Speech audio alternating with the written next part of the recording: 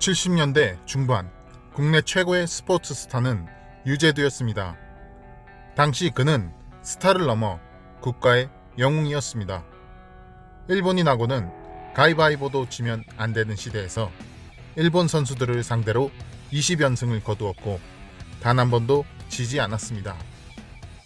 당시 유재두는 동양 타이틀 14차 방어에 성공하며 동양권에서는 적수가 없었고 WBA 세계 챔피언이었던 일본인 와지마 고이치에게 도전장을 내던집니다. 와지마 고이치는 쪼그렸다가 뛰면서 펀치를 휘두르는 개구리 펀치로 유명했던 변칙 복서였고 일본에서는 인기가 엄청났던 선수였습니다. 당시 와지마 고이치는 세계 타이틀 6차 방어전을 치룬 대단한 관록의 베테랑 챔프였고 유재두는 동양의 황제였을 뿐 세계 무대 경험이 부족했기에 우물한 개구리 취급을 받았습니다. 하지만 예상과는 다르게 유재두는 강력한 파워를 앞세우며 와지마 고이치를 흠씬 두들겨 패며 압도하였고 와지마 고이치는 7회 KO패를 당하며 벨트를 유재두에게 넘겨주게 됩니다. 일본인에게 빼앗은 챔피언 벨트를 들고 당당하게 금이 환영을 하게 되었습니다.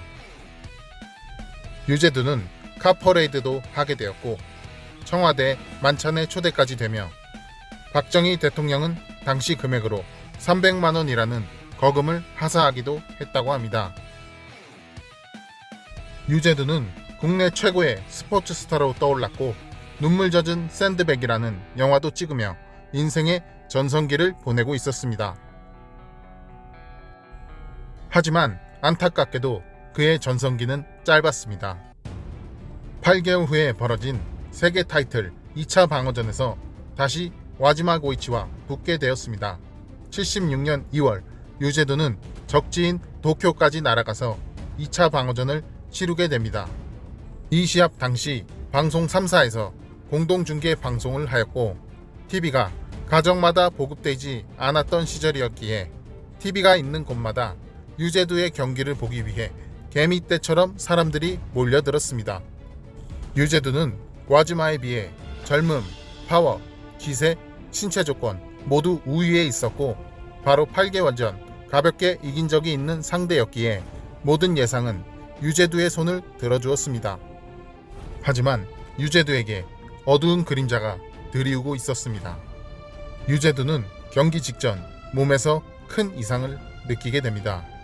단순한 컨디션 문제가 아닌 팔에 힘이 들어가지 않는 증상이 있었고 당시 주먹에 밴디지를 감고 있었는데 팔에 힘이 계속 빠져서 트레이너였던 김덕팔에게 이 증상을 얘기했다고 합니다.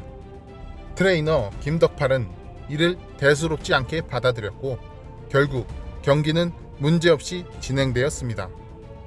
도전자 와지마 고이치는 유재두를 탱크처럼 밀어붙이기 시작했고 와지마의 러시에 속수무책으로 당하며 제대로 된 반격조차 하지 못했습니다.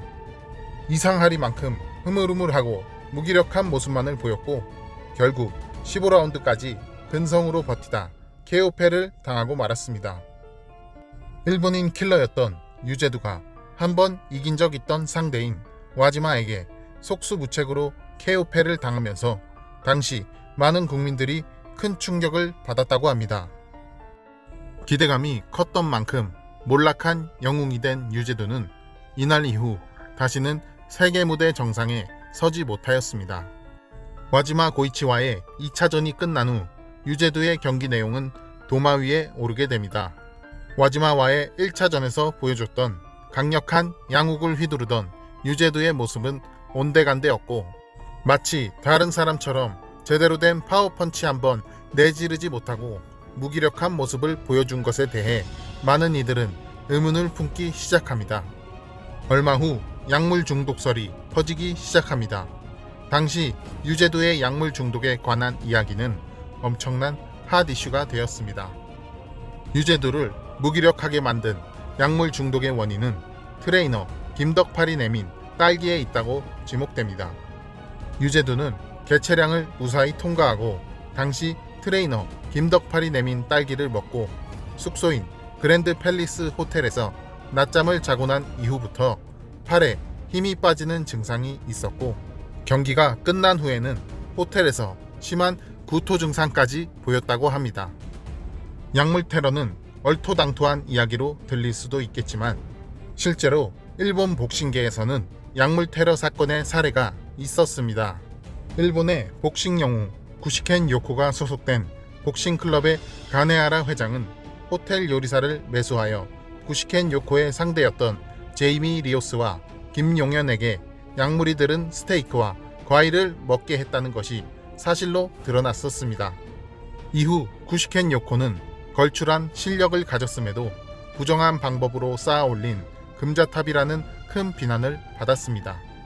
이처럼 약물 테러의 전례가 있던 일본에서 음식에 약물을 섞은 비슷한 방법으로 일어났던 사건이 있었기 때문에 유재두의 약물 중독설은 충분히 의심해볼 만한 사건으로 보입니다.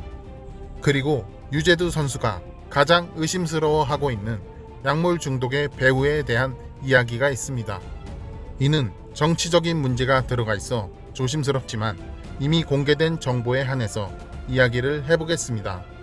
유재두는 당시 야당 정치인 거목이었던 DJ와 가깝게 지내며 매년 명절 때마다 인사를 챙기던 사이였다고 합니다. 당시 중앙정보부는 슈퍼스타로 떠오른 유재두와 DJ가 가깝게 지내면서 와지마와의 2차전 승리 후 DJ에게 먼저 인사를 갈 거라는 정보를 듣고 중앙정보부가 과잉 충성을 위해 유재두에게 약물 공작을 했다는 이야기도 있었습니다. 이는 유재두가 중앙정보부에 있던 가까운 후배로부터 구체적인 정황과 함께 들은 내용을 가지고 의문을 제기하였던 사실입니다. 유재두는 정치적으로 한쪽으로 편향된 사람이 아니었기에 이 증언은 신빙성이 있어 보입니다. DJ와 가깝게 지내던 전라도 사람임에도 불구하고 박근혜 전 대통령과 새누리당 국회의원 후보였던 지상욱의 선거운동을 도우기도 했습니다. 그 이유는 선수 시절 박정희 대통령이 자신에게 보내준 두터운 친이와 어머니가 돌아가셨을 때 박근혜 전 대통령이 도와주었던 고마움을 잊지 못해서였고, 군복무 중 지성한 대령의 배려로 선수 생활을 이어나갈 수 있었다고 하고, 자신의 은퇴식 때 꽃다발을 전달해준 소년이 그의 아들 지상욱 후보였다고 합니다.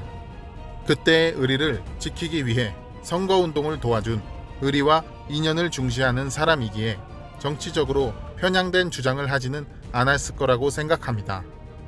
유재두 선수는 전남 고흥 출신으로 통산 전적 56전 51승 29KO 2무 3패의 전적으로 WBA 주니어 미들급 세계 타이틀과 동양 미들급 타이틀 21차 방어라는 대기록을 남기고 약물 중독 사건 이후 3년 뒤 현역 은퇴를 하였습니다.